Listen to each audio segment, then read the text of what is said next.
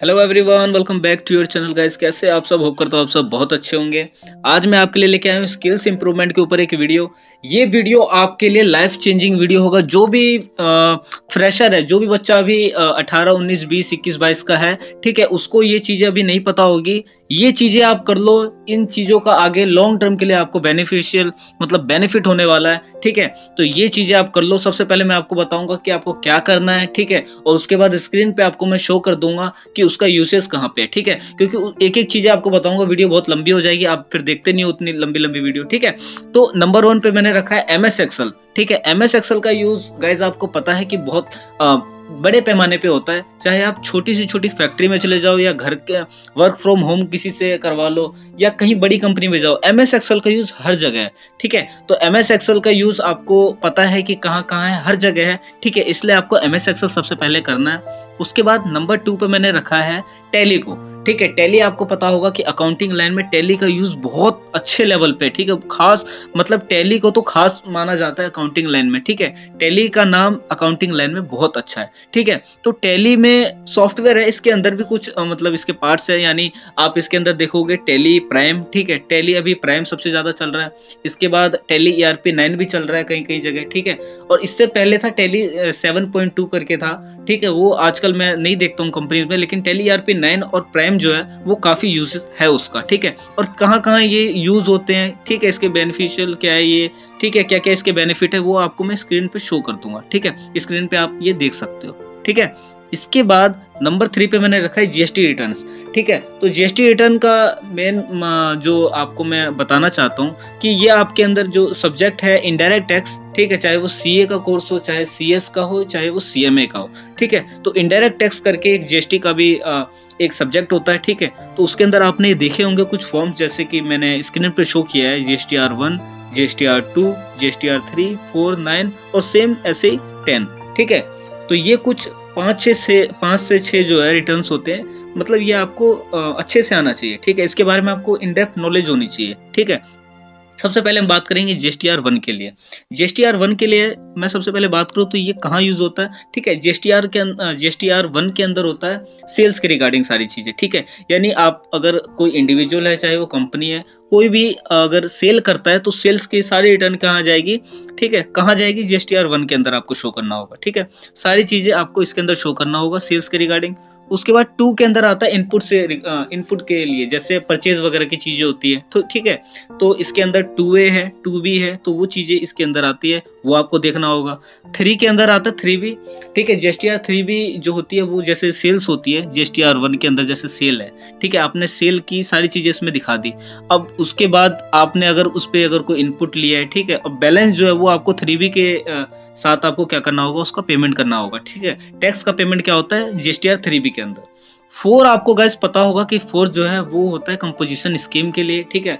बहुत rare companies होती है जैसे कंपोजिशन स्कीम वगैरह के अंदर होती है, ठीक है। फिर भी आपको इसके बारे में नॉलेज होनी चाहिए कि अगर आप कहीं किसी कंपनी में जाते हो और कंपनी ने ऑप्ट कर रखा है कंपोजिशन स्कीम के लिए, तो आपको वो चीज़ आनी चाहिए, ठीक है। वहाँ ये नहीं होना चाहिए कि जी हमें तो पता नहीं था कंपोजिशन स्कीम का, बहुत रेयर होती है, ठीक है। तो सारी चीज़ें आपको आनी चाहिए, क्या पता कहाँ उसका यूज हो जाए, ठीक है।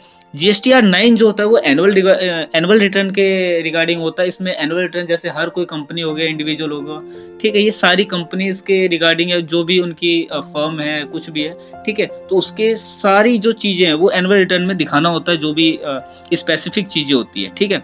उसके बाद GSTR10 को मैंने इसलिए रेड मार्क किया हुआ है क्योंकि सबसे अहम चीज है ये कि जब कंपनी वाइंड अप होती है, ठीक है, चाहे वो कंपनी हो या इंडिविजुअल हो, मैं सबकी बात कर रहा हूँ अभी।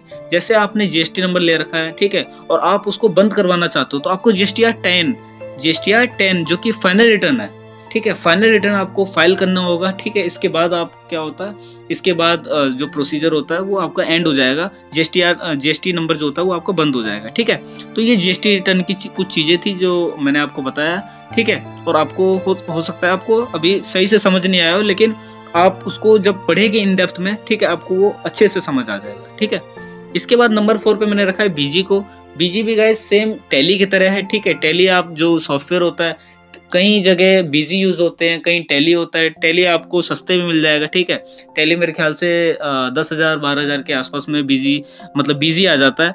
और टैली जो है वो टैली मेरे ख्याल से 30 से 40,000 के आसपास में सिंगल यूजर, और मल्टी यूजर का और भी उससे ज्यादा रेट है, ठीक है। इसमें सिल्वर और जो गोल्ड है, ठीक है, उस हिसाब से रेट है उसके टैली के अंदर, ठीक है। तो बीजी सस्ता पड़ता है, तो काफी कंपनीज जो होती है वो बीजी का भी यूज करती है, ठीक है। तो बीजी भी जब आप टैली सीख जाओगे, तो टैली सीखने के बाद जब आप बीजी करोगे तो आपको ज्यादा बेनिफिट लगेगा और काफी चीजें आपको समझ आएगी। हालांकि यूज ज्यादा फर्क नहीं है, लेकिन फिर भी आपको बीजी अलग से सीखना पड़ेगा, ठीक है। उसके बाद लास्ट में मैं आपको बताना चाहूंगा, नंबर 5 पे मैंने रखा है सैप, जो कि सीएमए वाले बच्चे जो है अभी स्किल ट्रेनिंग वगैरह भी किए होंगे, तो काफी चीजें उनको पता भी होगा सैप का। सैप वो चीज है, जैसे आप कहीं बड़ी बड़ी कंपनीज में जाते हो, चाहे वो मल्टीनेशनल कंपनी हो या कहीं बाहर की कंपनीज वगैरह हो, ठीक है। बाहर की कंपनीज होती है मल्टीनेशनल कंपनी वैसे, ठीक है।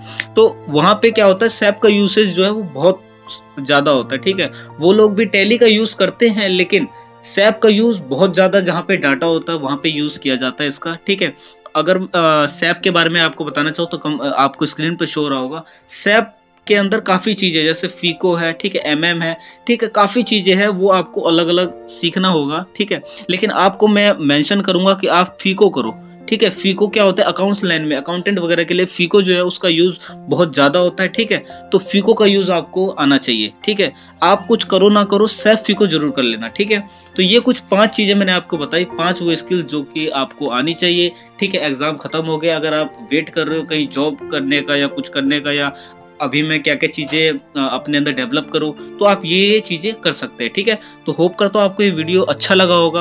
अगर आपको ये वीडियो जरा सा भी हेल्पफुल लगा हो तो अपने दोस्तों के साथ इसको शेयर करना, ठीक है। मिनिमम 1 के साथ आप शेयर करना इसको। और अगर आप चैनल पर नए हो तो जरूर से चैनल को सब्सक्राइब कर देना, ठीक है। मिलते हैं इसी के साथ नेक्स्ट वीडियो में। Till then bye bye.